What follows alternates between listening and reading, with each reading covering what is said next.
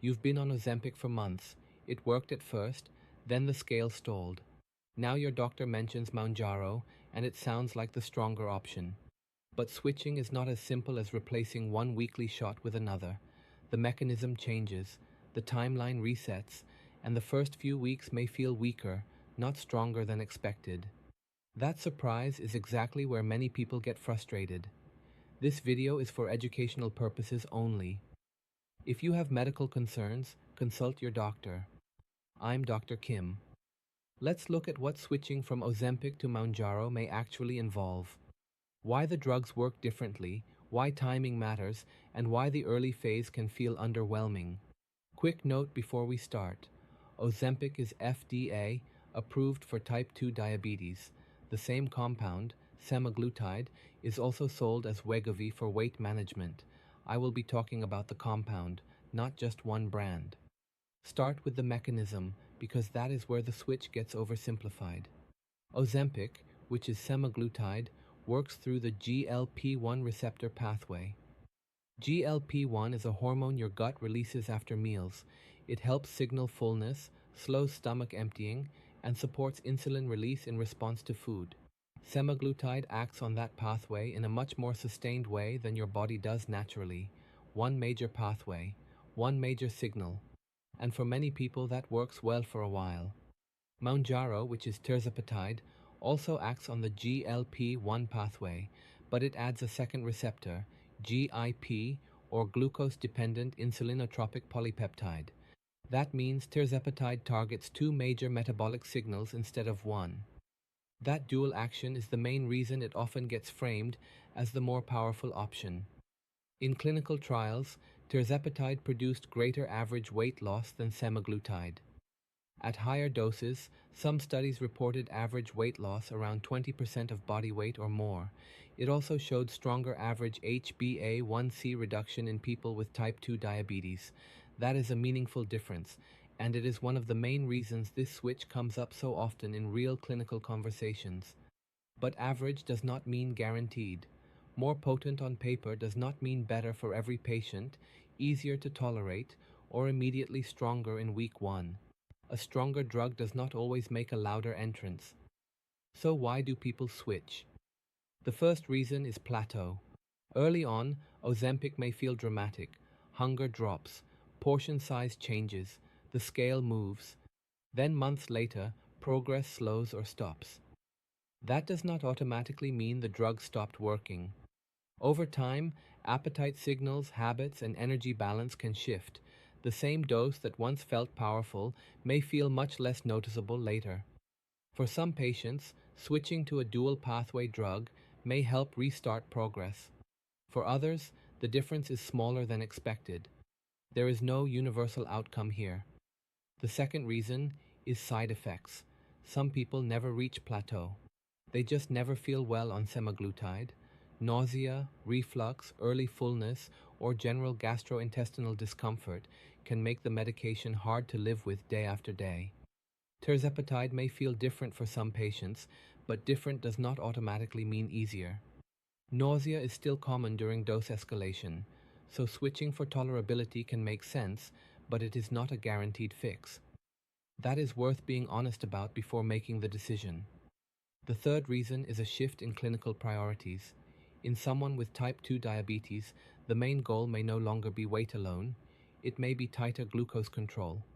Tirzepatide showed stronger average HbA1c reduction in trials, and depending on the individual, that difference may be clinically meaningful. That is exactly the kind of decision to make with your doctor. And this is where people often make the wrong assumption. They think a stronger drug should feel stronger right away. Now comes the part many people underestimate, the actual transition. A lot of patients imagine a simple swap. 1 week Ozempic, next week Mounjaro, same momentum or better. In practice, the handoff is usually more deliberate than that. Semaglutide has a long half-life, meaning it stays active in the body for quite a while after the last injection. Because of that, many clinicians time the first tirzepatide dose about a week after the last semaglutide dose, sometimes longer depending on side effects and the broader clinical situation. The exact schedule is something to work out with your doctor, not something to improvise on your own. Why does that matter? Because these drugs affect overlapping functions: appetite, gastric emptying, and glucose-related signaling. Too much overlap may increase nausea, vomiting, and other gastrointestinal side effects. That is why the switch should be planned carefully, not treated as a casual swap. And here is the part that catches people off guard. Mounjaro usually starts low, even if you are already on a high dose of Ozempic.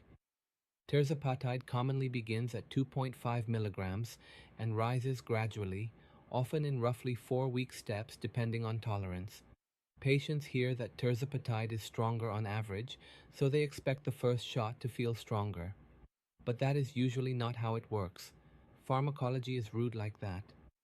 Appetite may not feel as suppressed as expected. Fullness may feel less dramatic.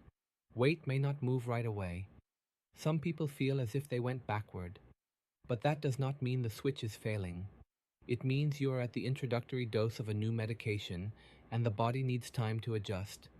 That is why the biggest mental mistake in this process is expecting an upgrade when what you are actually experiencing is a reset. And that reset creates a second mistake: impatience. If the early weeks feel weaker, some people push to escalate faster. But moving too quickly can make side effects much worse. Once nausea becomes severe, adherence falls apart. And once adherence falls apart, the whole transition becomes harder than it needed to be.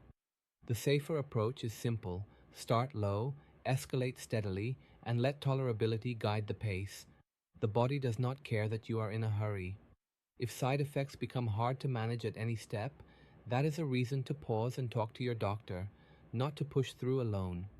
One more practical issue people sometimes leave until the last minute: cost and coverage. In some markets, tirzepatide may cost more than semaglutide. Insurance coverage varies by diagnosis, product, and plan. Mounjaro is approved for type 2 diabetes. Zepbound is the tirzepatide product approved for weight management. The compound is related, but coverage decisions may not be.